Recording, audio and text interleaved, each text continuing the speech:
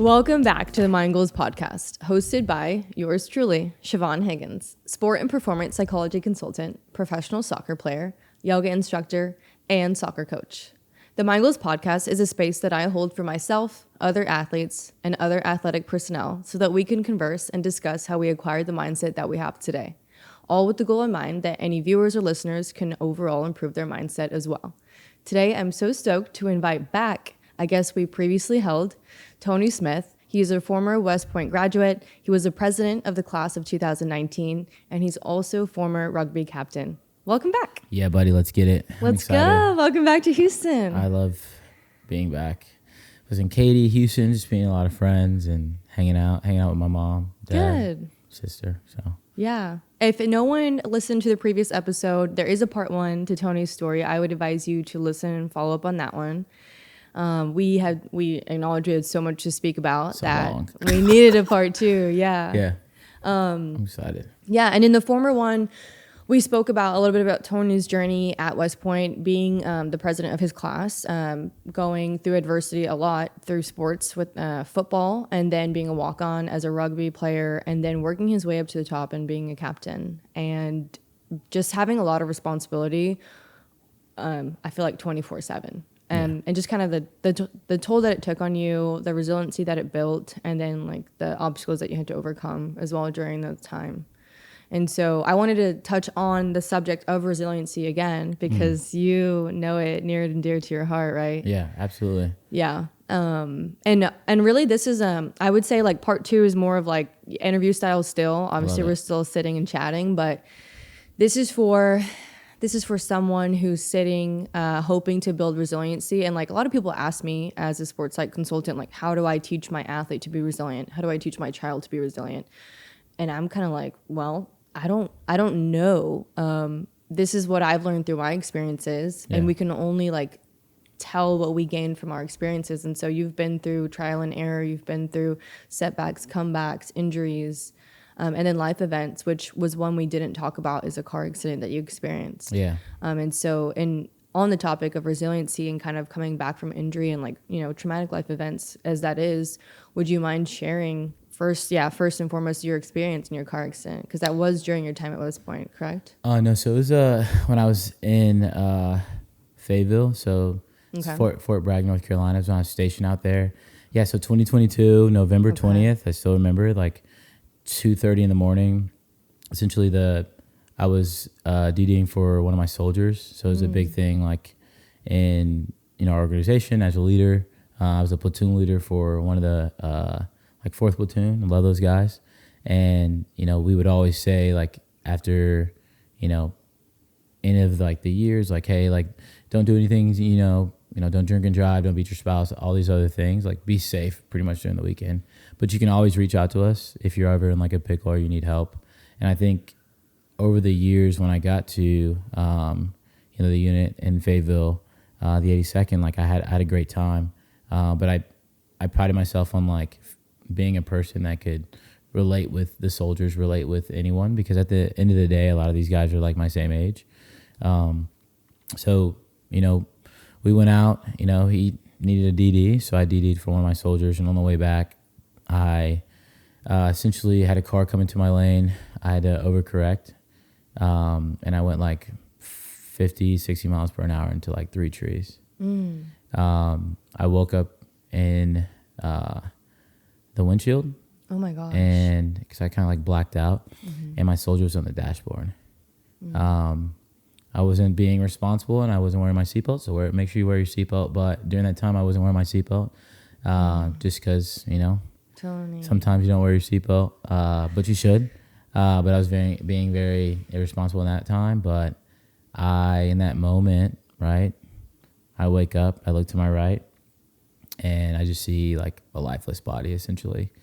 And I like just scream essentially, like I'm like yelling like fuck, like my life spiral happens, right? Life's over, great.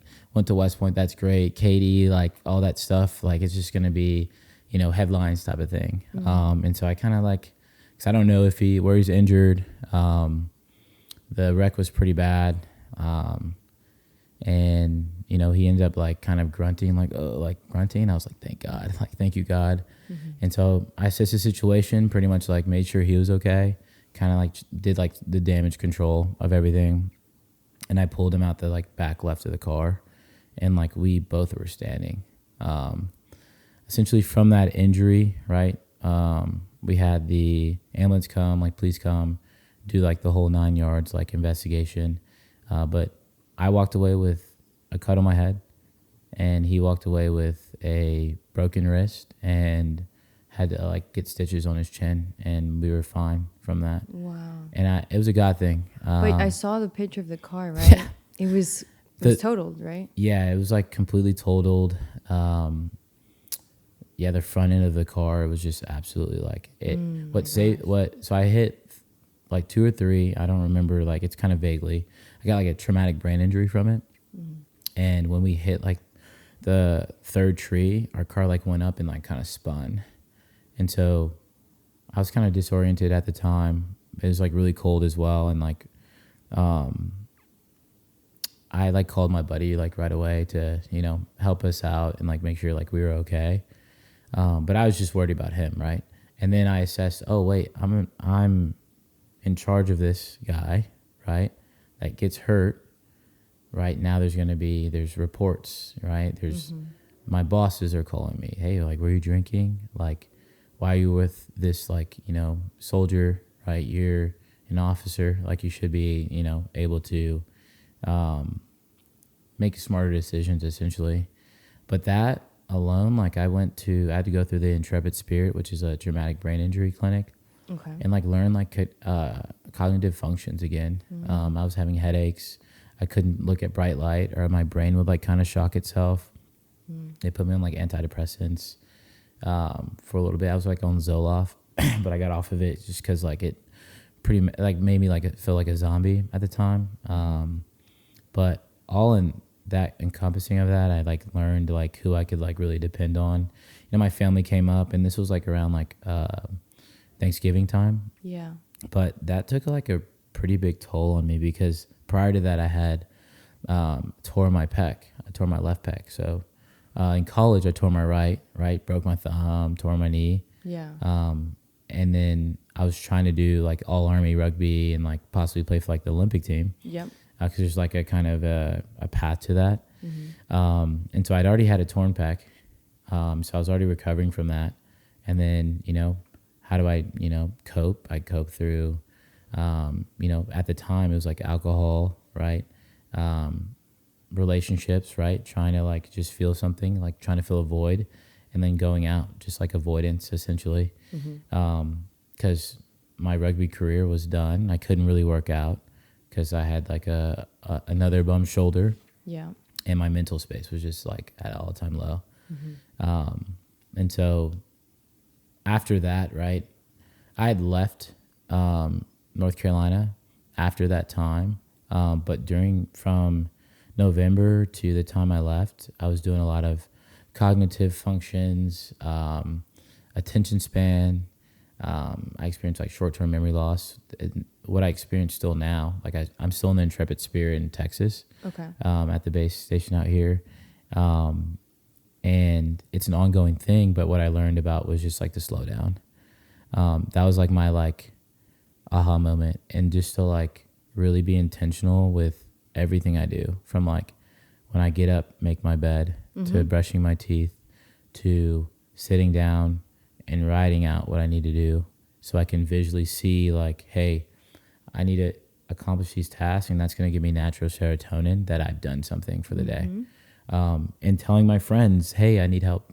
Yeah. And that was like the biggest pride, like strike to like my ego, because I was always the person that was getting asked for help. Yeah. Now I had to, hey, how do I receive help? Like, how do I receive someone being able to like drive me somewhere or escort me to appointments, right? As a grown-ass man, that's a leader in charge of like 40 plus people that has a reputation of doing his thing and always like, looking like I have it, all together when I really didn't. What is, I'm not you, but how did that feel? Cause I can't imagine it felt great. Like, you feel like you're taking a step back, and you feel like you're having to ask for help. I personally, I've worked on it obviously for some time, but I'm not a person that likes to ask for help. I love to give help, but asking is like, ooh, why would I do that? I want to do everything on my own. I would say up until like the past 3 months, because that's when I did. I jumped into like outpatient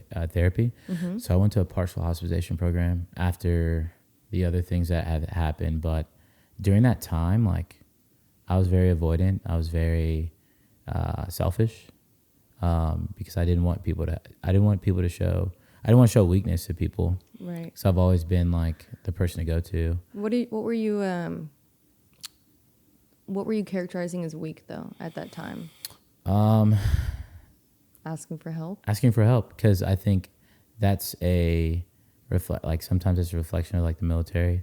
That's a reflection of being a high performing athlete and like being a captain and like doing all these things that I've not been able to do.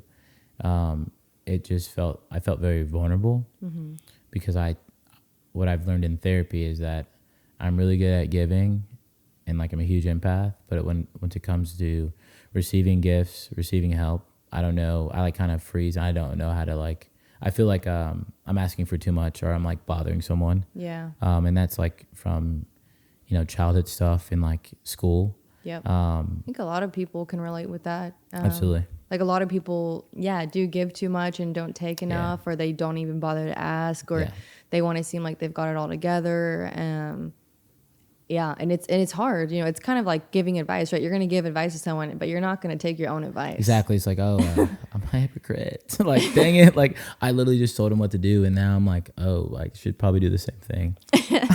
It happens to like all of us on different calibers. Yeah. For sure.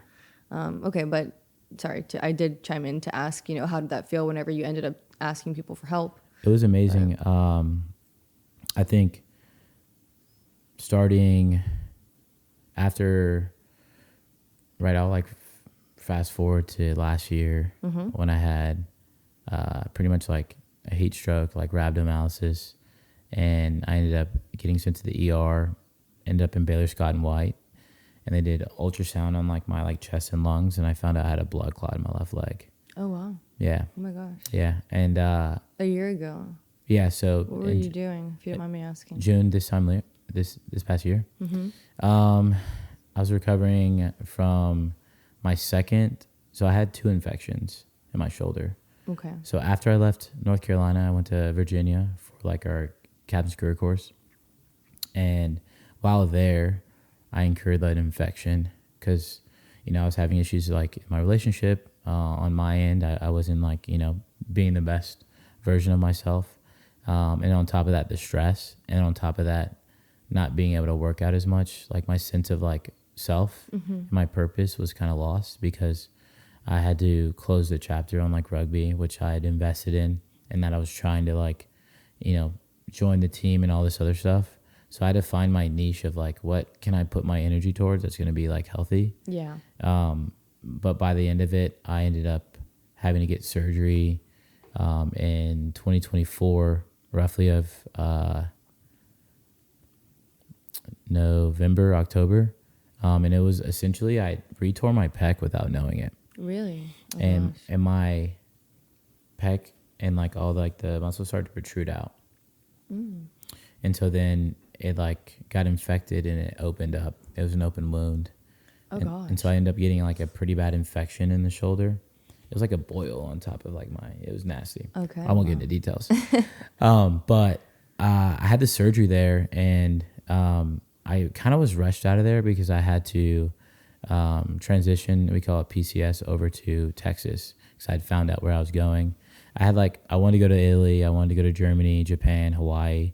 But, God, the universe had different plans for me. And it was either Fort Riley, Kansas, just like middle of nowhere, El Paso, Texas. Yeah. Which is like near Mexico and like hot and dry, or Fort Cavazos, which is back home, like Central Texas. So I chose there, and I kind of went for it. Had a pretty good gig there, but I still was like, paying this like infection, and on top of that, I wasn't getting paid for the Army for 2 months because of just technical things. Okay. So it was like when it rains, it pours, right? It wasn't just the physical, it was the financial, it was like the relationships, platonic, romantic, like everything was just like crashing. Because like when one thing falls, you start to like lose yourself. Mm-hmm. And so once I got to Texas, I had to get there early, right? I wasn't getting paid. So I was in like a hotel for like a week or almost a month before I transitioned. So I jumped into a job like really stressed already, and with an open wound because it got reinfected because the surgery wasn't like stitched up. It was like glued and it reopened. But I had to, on orders to come to Texas. And so me having a lot of ego and having a lot of pride, I was like, hey, I'm jumping into a job. I need to create a reputation. I need to like make change. And I think that's a lot of people do that, not only in the military, but just in like general, like, hey, like, first week, first 2 weeks, right? You talk yourself up about what you're going to do. Now you got to like play into the bargain. And that's like anything with sports too. And so I kind of went in there like full gun ho, like, let's do this. Let's make change. We're going to do the great things. But that led me into stress, a lot of anxiety, and another surgery, which I had to get an MRI and found out it was even more infected, and it was bleeding into my bone. Oh my gosh. Which I could have got like a sepsis in like 2025, which is like crazy. Holy cow. And so I had to go from Central Texas to like San Antonio because that's where like the big like medical base is. And I go there and I meet with a surgeon, and he's like, yeah, we got to go in there like 24, 48 hours. Oh, wow. And like, I was like, oh shoot. Like, holy cow. He's like, did you bring anything with you? I was like, no. Like, I brought nothing. And so that was like a, oh shoot moment. And, called my mom, shout out to my mom, and like drove from Katy to San Antonio. She's awesome. And I had the surgery, and I ended up having to stay there for extended period of time because like they needed to like ping down the infection. Like, what's the infection there? I was on all these antibiotics, and it was literally like round 6. Like, this is like my 6th surgery. Yeah. At this point. Right. At this point. And I'm just like depressed. Like, I'm like, where am I going wrong? Like, why me mentality, and like kind of like this victim mentality a little bit. And even like with, relationship, it was like a victim mentality of like, I didn't do this, or I didn't do that, or I was like blaming other factors when I wasn't taking ownership for like, my mistakes and like where I went wrong. And it kind of, the karma started to come out, right? What goes around comes around, essentially. Like, is that what you think? But I don't believe, there's 2 sides to it, right? Like, I think everything happens for a reason, but right. It was a higher purpose. It was like, hey, like, it was the slow down. It was the be still moment. It's like, hey, like, you got these different idols that you're like plugging into, right? For me, like, I'm like heavy in my faith is like, that's something that I put to the side. And I was like, I need to romanticize rugby. I need to romanticize the Army. I need to romanticize this relationship. I need to romanticize my ego and how my image is being portrayed to all these people that think I'm so great. When on the grand scheme of things is none of that really matters. It's really about you. Like, you got to lock in with you and be authentically you so you can like live in your purpose. And so I think I just wasn't living in my purpose then because I was just trying to get these like, victory aha moments or something, like the next like, big thing. But you feel like all of these things kind of crashing down at once, like the way that the world for you was at that time and point was kind of like your aha moment, or like it was forcing you to slow down. Yeah. So it was forcing you, like, I've been here before in life where, there's a lot of things that you're hoping for, praying for, you're working on, and it's like, say you've got like 4 things going on at once, and like they're just not working, and you feel like you're just defeated. Yeah. You've tried everything you could. Things are happening that are out of your control, and you're like, holy cow, I'm getting beaten down.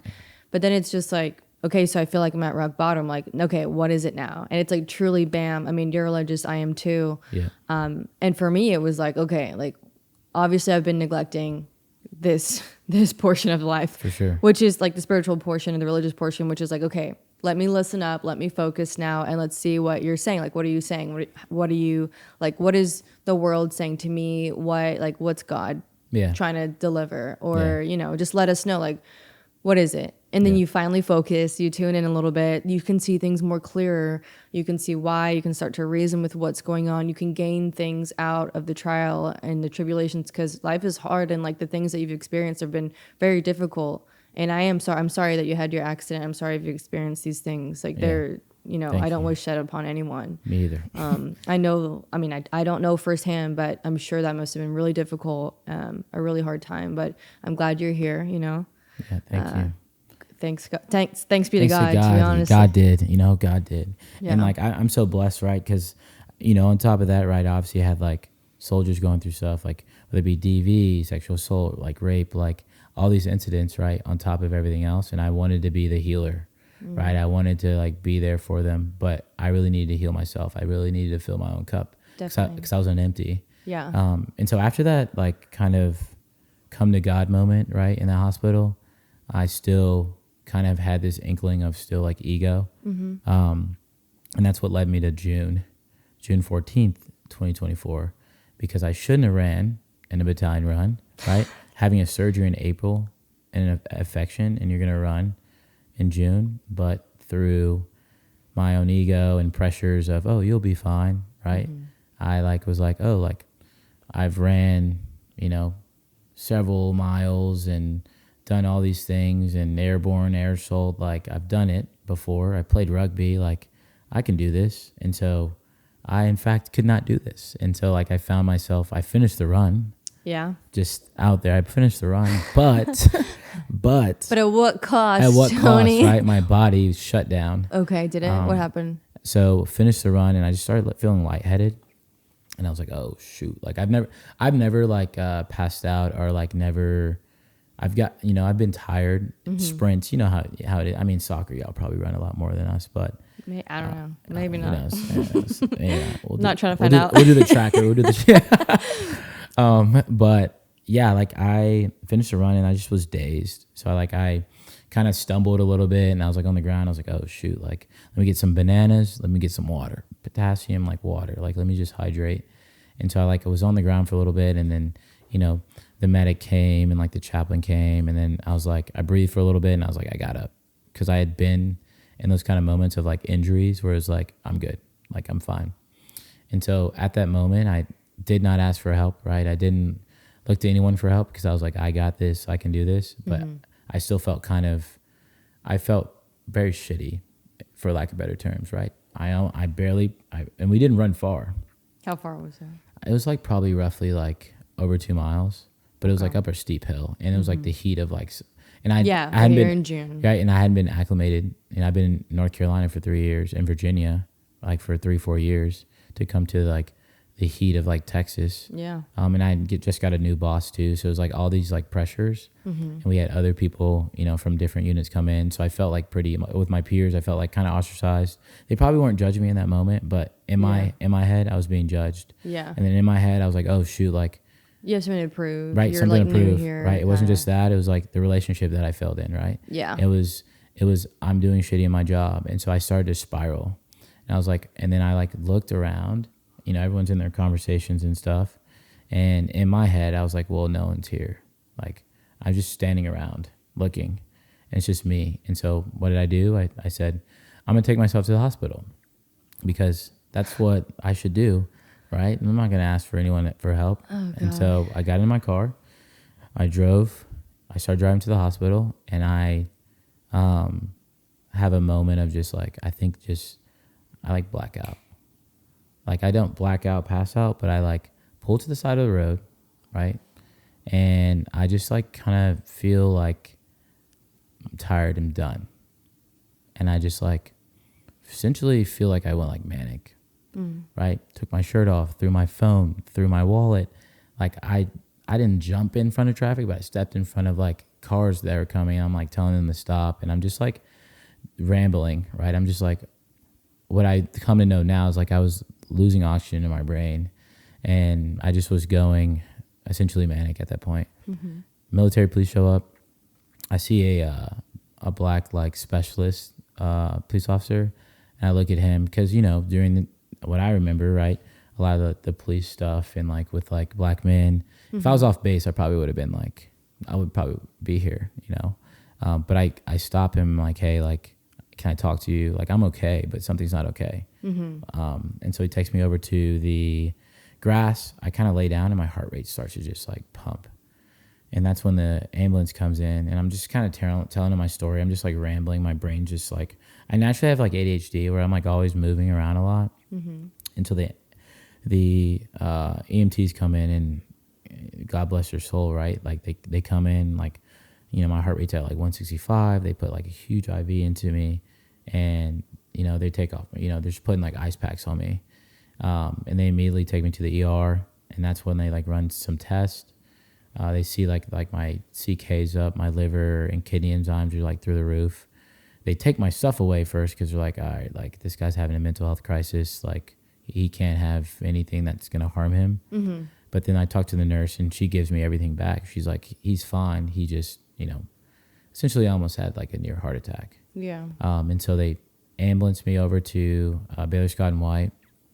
And then that's like my mom meets me there. And they do the ultrasounds and they find that blood clot, and it's a God thing, right? Because if I wouldn't have had that moment of ego and like being on this run, any day could have been my last day. That blood clot could have shot up to my like lungs, brain, and that's the end of T. Smith, right? That's it. And I think after that, right, that was another moment within the moment of being like, all right, God, I hear you. Like, I hear you. I actually hear you.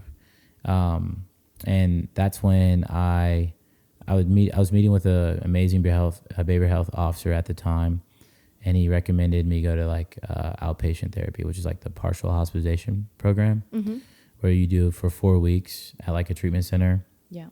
And you do like from 8 a.m. It's like 8 a.m. to like 3, where it's like CBT, which is like cognitive behavior therapy, DBT, which is like I think dialectal behavior therapy. I probably mess up the name. And then you do like music therapy and like art therapy, which was amazing. And so I did that for 4 weeks, and it was probably one of the most like best things that could have happened to me, because you shut out all work, you shut out all distractions. Yes. This is you. Yeah. We're getting into stuck points. We're getting to childhood trauma. We're getting to all these crises that I have neglected for like years. And I have neglected and then projected onto friends, relationships, work, family, and myself. And the worst person I was to myself. And I had this amazing therapist, Serenity, and she dove into me like I've never had anyone dive into me before.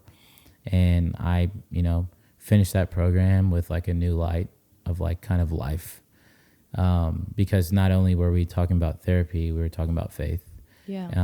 And we were just like redefining who we were, like setting a foundation, and like being okay, not being okay, and humanizing yourself.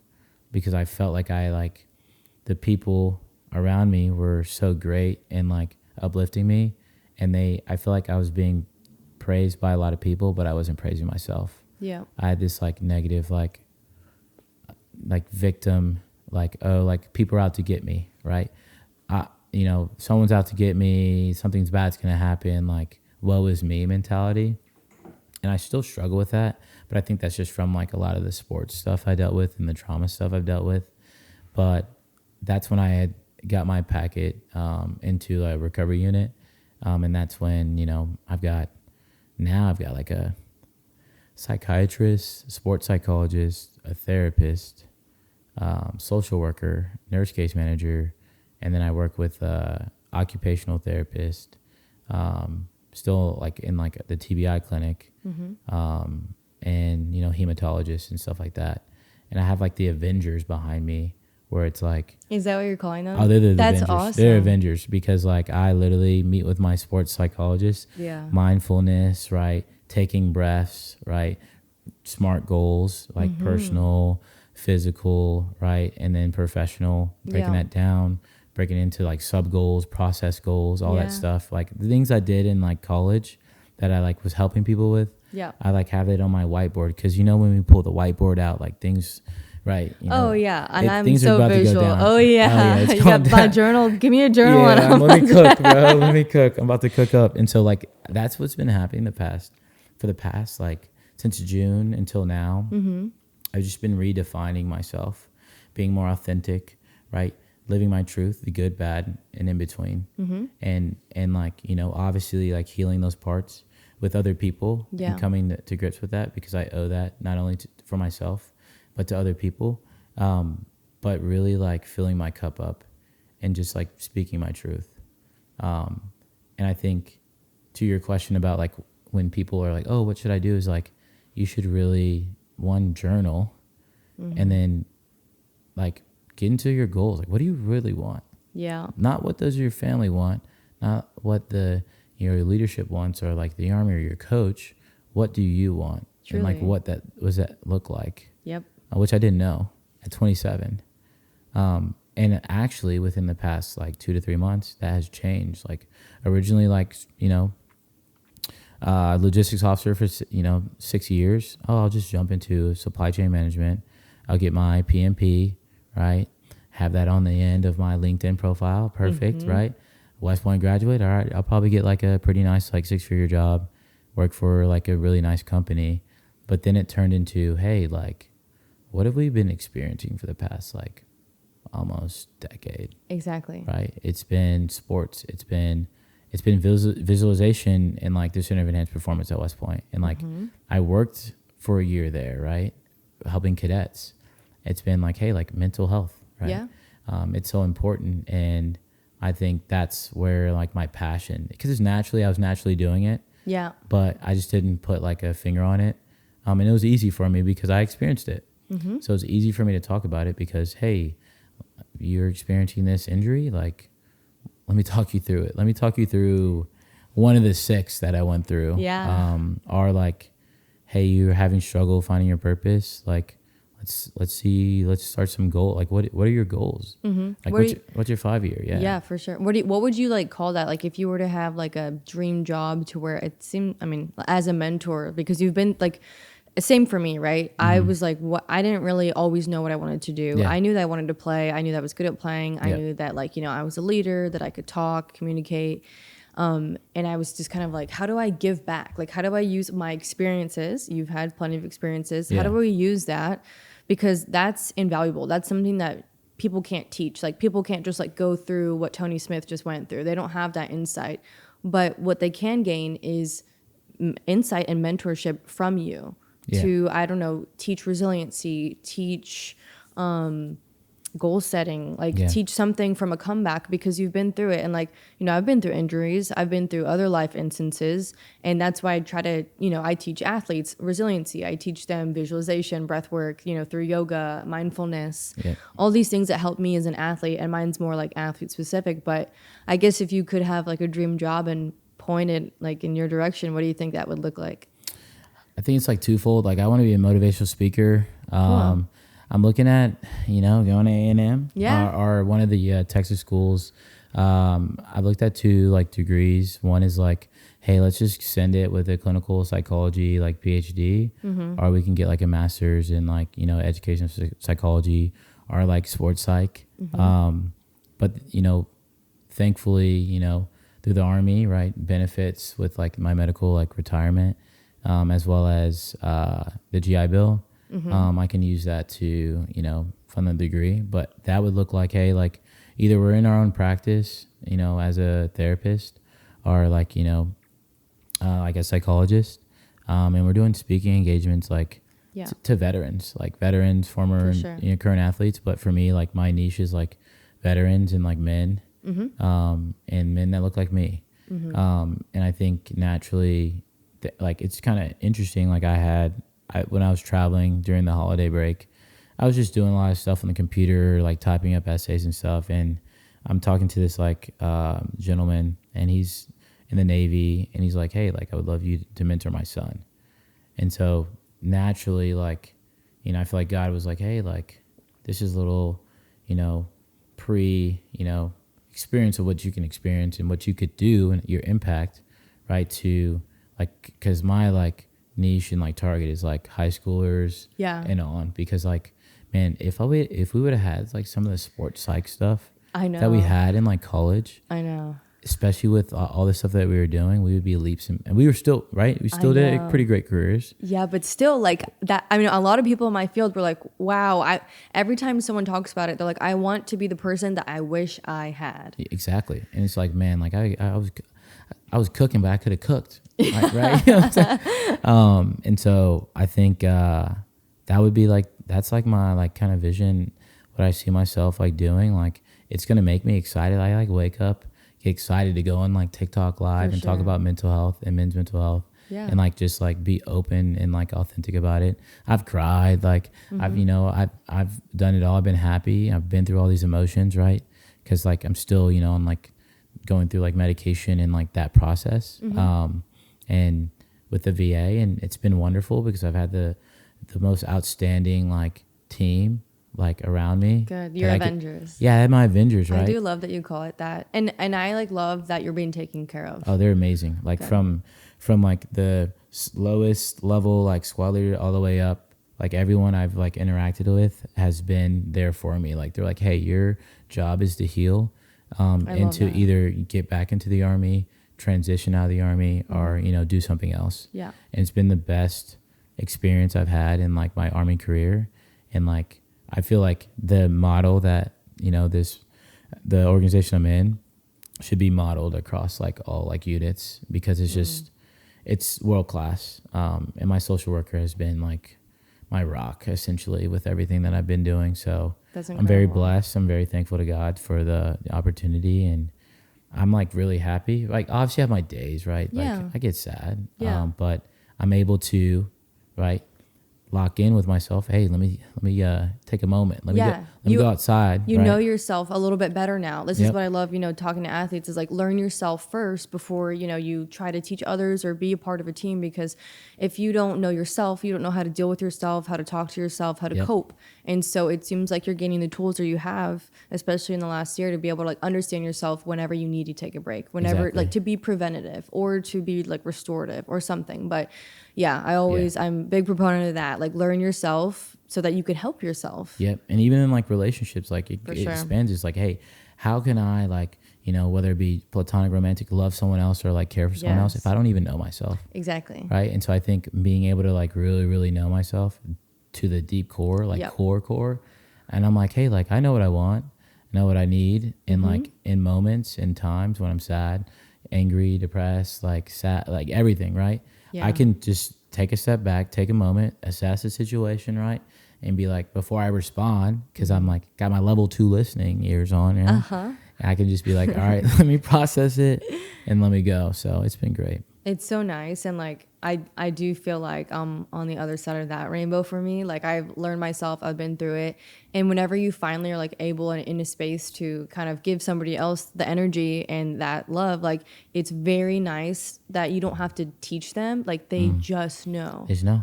Oh my God. It's so, it's like a weight off your shoulders, and it's like brain tickles, when you're, the tingling, this. Yes, because the other side where you're just so frustrated and your head like physically hurts. It'll induce a headache if you're like with the wrong people, or if you're thinking thoughts that are just clogging your brain. But when you're with the right people and you're hearing the right things, people are doing the right, like it opens your brain up, it opens yourself up to be the best version that you can be. On top of you already figuring it out, like you're like, this is how I work, this is what I'm doing, I'm happy, this is my path, I'm focused on my goals. And then you surround yourself with people who are enhancing that process. It's just like it's like a frequency, energy, man. It like all that is just like we're just flowing and like. Yeah, great. It's great. Yeah, I like to, I have like, this is so funny. I have like a playlist on Spotify called Brain Tickles. Just because like, there's some songs that, I don't know if they'll tickle your brain, but they might. For me, like, there's some that I'm just like, yes, like this is a moment where you can't describe it, but maybe the music can. Yeah. Or the music can induce feeling, you know what I'm saying? Overthinker, forgot, like I think about Enzo and then Flume, The Difference. Man, like I just like close my eyes, I'm like, I'm going. I don't know where I'm going, but I'm going somewhere. And it's like, fine, like I got you. I feel you. Yeah. Heard. We talk about music, and you did mention this at the beginning of the episode, but you had music therapy. Is that something you mentioned, in art therapy? Could you tell me more about that? Yeah. So music therapy was great because I think, right, we did this one like session where we had an album cover of our life. Cool. And then they gave us magazines.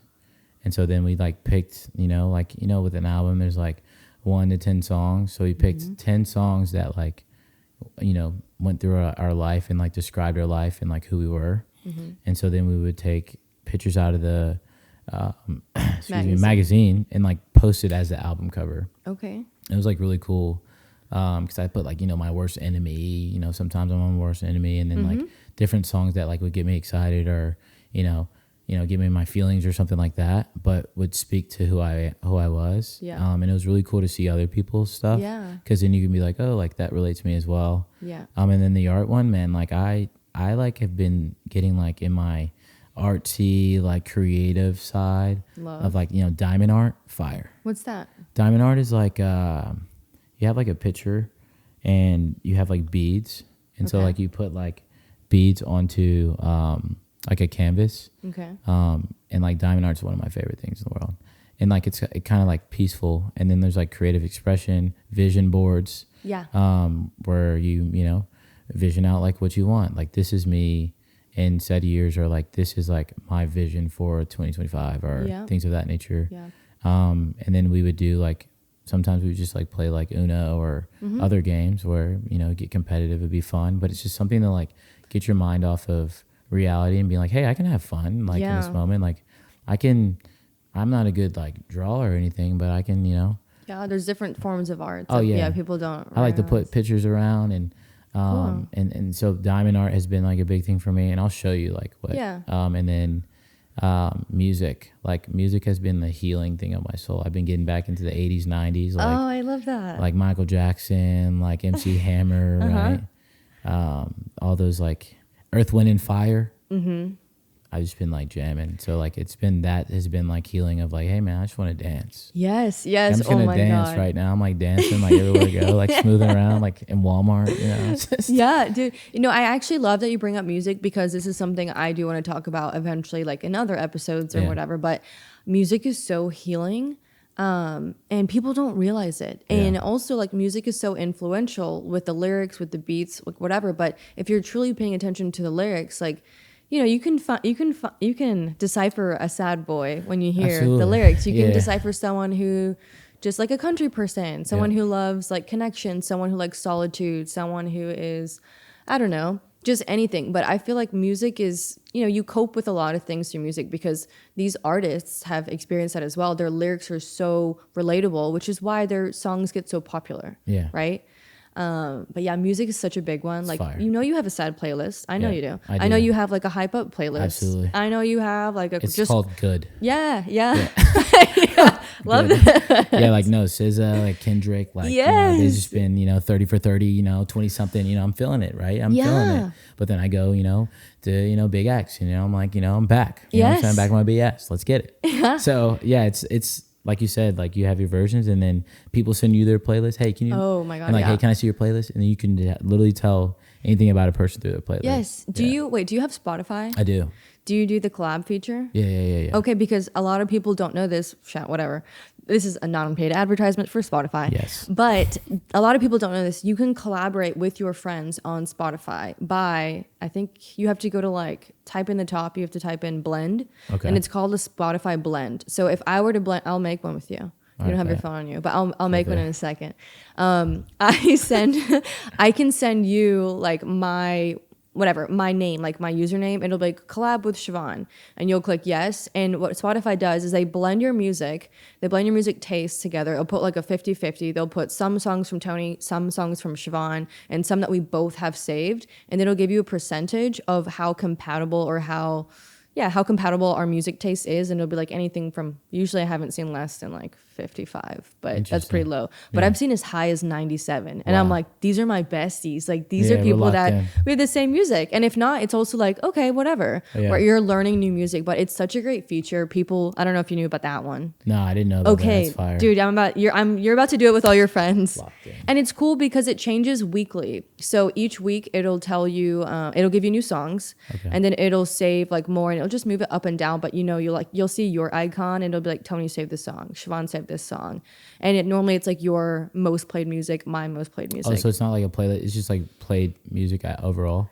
like what you play, or is it like a playlist? It's a playlist, but I don't think we can add to it. I think Spotify does it. It does it, but it's so cool. That sounds really cool. Yeah, and I mean, just back to it, like again, music is healing, and the point that I wanted to make is that when I was in my healing period, I went to a lot of concerts because live music, like I love to dance. Me and my friends, I'm like, do you want to just go bop around? Like we don't even need to like go crazy. Like do you want to just go somewhere there's music, you can bounce around, like moving your body again. Like that's why people love dance. Like I envy that my parents never really put me in dance. I'm like, I wish I could have done hip hop or like spoken my like feelings through that artistic expression of dance. Like I think it's so beautiful, and we had a dancer on the show. Shout out to Cameron. Okay, she's a professional dancer, but I know that she's locked into dance. Like, but dancing is just, again, healing, moving around, healing, listening, like the sounds, like that there are healing sounds, like it's real. And if people don't believe that, you better tap in now. Yeah, because the hertz, that stuff is Yes. Yep. Like at the end of yoga classes, if you've ever attended, normally it's like I did hot yoga before. Yeah, there's certain frequencies that are played at a certain time. There's sound bowls. Oh, those are just like a warm.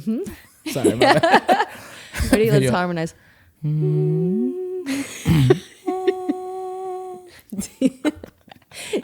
I agree. Like I mean, concerts was like part of like my healing, right? Like saw Post Malone, right? His like country album. No, country album, like his last like tour in Austin. Oh, nice. Saw like Becky Hill, saw Medusa. Like, and I just like went like for everywhere from like EDM to country. Like went swing dancing. That's kind of like where I am in my genre. Country I like everything. I love everything, you know. Yeah. I'm gonna put on some, Morgan Wallen. Yep. And then I'm gonna put on Kendrick. And then I'm gonna put on, Billie Eilish and SZA. Yes. You know what I'm saying? You're naming all the ones I listen to also. Yeah. I think I'm we sure. Might be 95? Let's guess. I know. I'm gonna go with a 92, just because. All right. I've got some funky ones in there. Yeah, but I got some stuff in there that's like, yo, leave a good 8%. Who's Bon Ivory? He's fire. I have him too. Wash, yeah, that's my shoot. That's my stuff. He's so good. Sorry, I won't say it. No, but it's real, and like I feel like people don't talk about it enough. That music is healing. Like I don't know. I'm done raving. Right. But you get it. At least someone else gets it. Like you understand. I see you. Yeah. And it's important. It's important what you listen to. Like, so I don't know if whoever's listening, if your kids are listening to music that is probably not the best influence or has the bad lyrics, like, you are what you think, you are what you hear. You start acting those ways. And you are who you hang out with. For sure. Yeah. Definitely. Which is why surrounding yourself with good people is extremely important, because it's an energy transaction every time you have an encounter with somebody else. That part. Yeah. I love that. Yeah. And I was just talking to my boyfriend about it today, because I feel really good. I feel energized. I feel like for some time I've been like pretty, stable, positive, and had more energy to give as opposed like I need it. And so that makes me want to hang out with people more. It makes me want to be more social, take on more activities, be more creative and whatnot. But when my cup is not full, that's when I recharge. I'll focus on myself. I'll get more sleep. Just take a bath. Take care of yourself for sure. Epsom salt with the candles. You know it. Leans back. Epsom salt is so underrated. People don't know about that either. That's another hack. Tap in. Or like those long like showers in the dark. Yes. With like some, not candles, but like if you can put it somewhere, like lights. Yeah. The music in the back. Yeah. And then scents. Like someone told me about that. Like you can get like incense. Oh yeah. So I burn incense. I burn like shade out my whole apartment. I sage it out. Actually, don't even. I mean, I do that probably like once a week. Like I'll open the doors and just like cleanse the energy, cleanse the air. People, I mean, if you've ever like had someone come over, you're like, I don't like the vibes in here. You gotta get out. No, but like Sage, Palo Santo, Get the couch like out of here. anything. Get this couch. Oh, yeah. But I don't know. Scents are good. Again, maybe that's part of the yogic practice, like coming in for me. I'm really trying to get into that, so I probably will. You should. If you're back, like we should definitely go to a class together. Let me know when you are back, and I can take you some places I like. But they put on some good workshops, and again, it's all about like some other reason I love yoga is because I get to hold like teaching it. I get to hold space for other people, and I feel like that's such a beautiful thing because like, yeah, it's like stretchy and you're moving, you're getting flexible, but also when it's like a flow. You're like letting somebody else. It's fine. Sorry. It's okay. Man needs to drink his water. Stay hydrated. But when you're getting into a flow, like I learned this through my teacher training and even like classes before, but you are giving people space to tune into their self, their mind, their body. And it's like, they don't talk, right? So you're in your own mind, you're in your own body, which like you are, but you're having to intentionally focus, move your movements with your breath. And it's honestly like it's a learning experience. And I can chirp about it all I want, but until you experience it, you won't understand. And I'll just sound crazy until you have it. And you're like, wait, this is what that crazy yoga girl was talking about. I get it now. Yeah. But now I understand. Yeah. But that was a huge one for me. Like that was big on healing, helped me with as an athlete, helped my core. A lot of people, honestly. So core work. Yeah, core work for sure. And breath work. Yeah. And like, it's, you meditate at the end of every practice. And again, it's a practice, not a performance. Yeah. So you're constantly just moving, getting better, whatever. Yeah. I love yoga. I love it. Yeah, I love it. Passionate. Yeah. But no, this was great. This was dope. I loved that we diverted into like music and everything. Little... I feel like we're going to a concert together soon. Like we have the same music taste. No, for real. I want to, there's a lot of concerts coming up. Yeah. One year I made my resolution, like go to more concerts because I never went to them growing up. And I was like, I love this concerts. Feeling. ACL, I went to 2022. Yeah. I saw Ty Vertis, man. It was so good. Yeah. I want to say maybe it was 2023 that I went, but it was so good. So good. And then Dreamville, I went to Dreamville 2022. Mm-hmm. Man, they brought out like everybody. Lil Wayne. Do you like Krangben? Who's that? Ooh, you'll see. Probably need to put me on. You probably have heard him. It's just spelt funky, but I think it's a Houston native band, and they're coming in April. To sing. Nice. I'm gonna try go now that I've mentioned it, but my friend wants me to go. So okay, yeah, I love me. Like I've been like obviously like looking at the way my bank account's set up, right? 737 but I'm like, you know what? It's an experience. Like you gotta live the experience, and like we gotta live a little bit. Yeah. Can't be so like So that was like my biggest things. Like go to concerts. I'm going to SZA, Kendrick. When is that? In April in Dallas. What? Oh, that must have been expensive. Oh. I love them. Yeah, it's worth it. It's gonna be worth it. It's gonna be a good time. Yeah, I'm gonna have a good time. I think they're coming to Houston too. Yeah, I think there's one in Houston, and then I did the one in Dallas. It's like a little closer. Okay, for sure. I'll go to both of them. But well, I've been healing my soul, so this was great. I appreciate you. Thank you for having me. This was healing, right? I think on top of my healing journey has been, what I've been doing behind the scenes. I've been doing a lot of stuff behind the scenes. Yeah. I mean, EMDR therapy, like everything, talking to a lot of social workers, rekindling things, friendships, like everything. Yeah. But like being able to like voice it out and put it out in the universe is like even more like satisfying. So many people came up to me like, oh, we saw this. I was like, yeah, Siobhan's amazing. Oh, thank you. So I do appreciate you creating this safe space.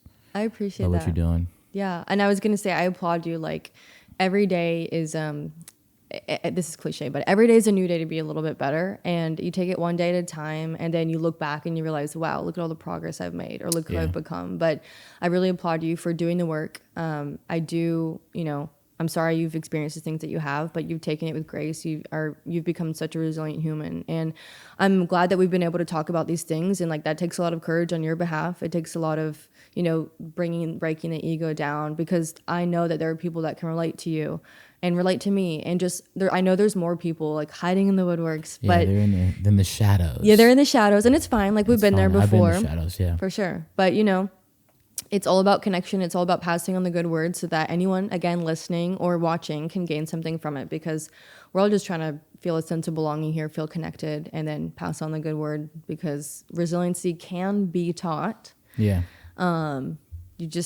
You got to listen, I think. And I will tell you, I think like one verse, like, man, I hope I don't push this, but it's like, I think it's in Matthew 6, like 33. It's like, don't worry about today because, don't worry about tomorrow because today has enough worries on its own. And I think like that has like been like the theme of like being still, being present. And even like, when we talked about it on the last podcast, like where I left off is like, height of COVID in New York. Yes. That was the time where I had to like be still and like take it day by day because I'm in New York. I can barely go anywhere, but I had to like find me. And I feel like I did a lot of finding of me throughout my journey from, leaving West Point to like now. But the theme has been like, be present, be in the moment, right? And work with, right, the universe, like work with things and not against it. And when you do it and like you're stepping into your purpose, like you are, right, you're crushing it. And I think like recently I've been feeling like just like content and joy because I've been trusting in God, right? And then trusting in like what he has for me, what the universe is giving to me, because he comes in different forms through people, right? Doors close, others open. For sure. And I think it's been a blessing. I'm just very thankful for my family and like friends that like have, given me the, interventions here and there. And it's been great. Good. And I can't believe I didn't even start off with the New York saga. I got you. It was in my brain in the 80s. I was like, I got to bring it up. Yeah. But, that within itself was a whole thing. But, I was stuck there for a while. I couldn't leave. But then it turned into no sports, no even coming into work. I'm living by myself because everyone had left off to their duty stations. Yeah. So it's just T Smitty, and the computer that I would have off, right, with the camera off. In the space, right? Piled up laundry, small space.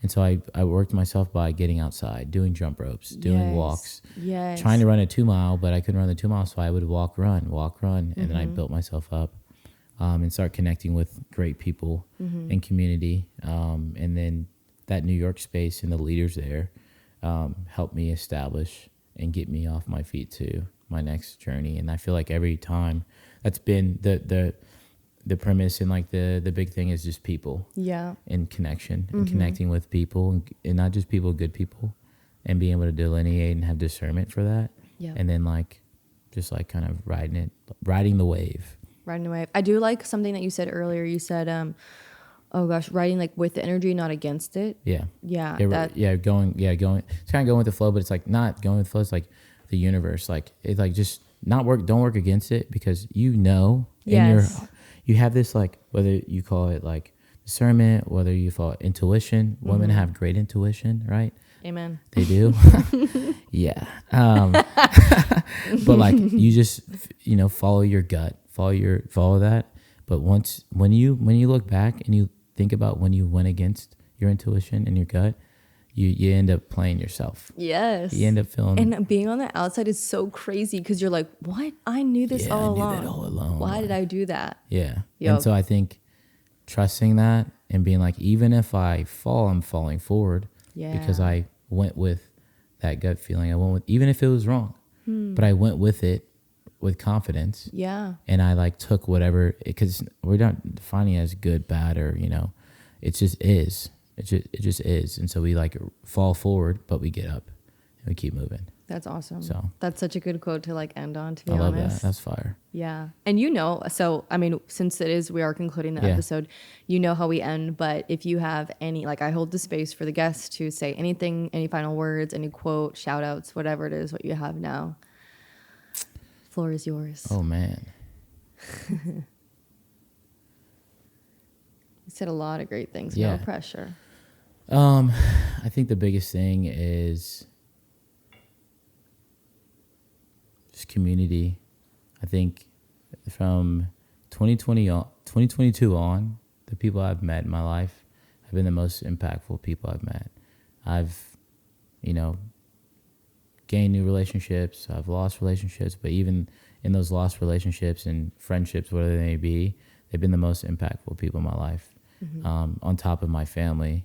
And I think, my doctors and like nurses, my Avengers, like from the nurses down to the EMT, down to those soldiers that responded to that call, that saved like my life essentially. And my behavioral health officer, saved my life because he saw something in me that initiated my recovery and like where I am now. And if he wouldn't have said, hey, like, let's do this program, then I wouldn't be where I am today. Yeah. Right. And obviously like God did. And that's, that's the end. Like God did. And I would not be here without him as well. So I'm just very thankful and blessed. No, I'm not lucky. I'm blessed. Yes. Yeah. Amen. Yeah. I mean, I agree with you. Yeah. Anytime someone tries to tell me that I'm lucky, I'm like, I'm not lucky. I've actually had a lot of unlucky instances. I'm not lucky. I've like the things that I have, I've prayed for, I've worked for, and I've manifested. Right? Like I truly have. So I'm look at my journal. Yeah. You want to go back to 2020, what I was saying, what I wanted? It's right here. Exactly. I've been like, cause like this new podcast I've been doing, like I've been thinking about that for 4 or 5 years. Same. I just felt like I was going to get like, oh, this is like, what are you doing? Everyone has a who cares? Right. Who cares? Yeah. Right. Like, is this what you want to do? Does this make you happy? Then do it. Yeah. And so I think like, and you and Taylor, shout out Taylor, producer, best producer ever. Like y'all like have inspired me to like just step into like more of my purpose. And I think seeing y'all and seeing what you're doing on a day-to-day basis like motivates me to like keep grinding. So I want to thank you. Oh, thank you. For what you do for real. Like, thank you. And thank you for reaching out and for sure allowing me the space to come on and right. So thank you. Thank you so much. And thank you, Taylor. Yeah, it's 50-50. It's not, this podcast wouldn't be anything without Taylor, truly. So dog. Taylor's the best. But yeah, thank you so much, Tony. Thanks for sharing your story. Thank you for continuing to be vulnerable. And, viewers and listeners are truly gaining something from this. And so I appreciate you. We wish you the best of luck moving forward. If you want to find Tony, we can find you at... You can find me at tsmitty64. That's with 3 T's on the back end, but I'm really getting into the Man Down podcast, right? Attacking toxic masculinity head on, right? Like the toxic masculinity trait that men receive to being told like to man up, essentially. I've had it. I think a lot of men have it, and just attacking that space with men's mental health, and just trying to, right, recognize, release, and rise, right, and be better men, not only for ourselves, like in our communities, but for like the women in our lives, like our moms, our sisters, like platonic romantic relationships, and just own us, like own what we have to do, like the protector side of us, but still be able to like, you're going to have a daughter, you will have a daughter. Yeah. You have a friend out there that has probably been like sexually assaulted or like experienced some type of, sexual harassment or DV. Like you got to be an advocate for them. Yeah. Like why would you treat a woman the way you want to treat them when you have a mom, sister, etc. Exactly. Right. And so I think stepping in that purpose, and that's what I've been doing. Yeah, it's the Man Down podcast. Awesome. It's on Instagram, like YouTube.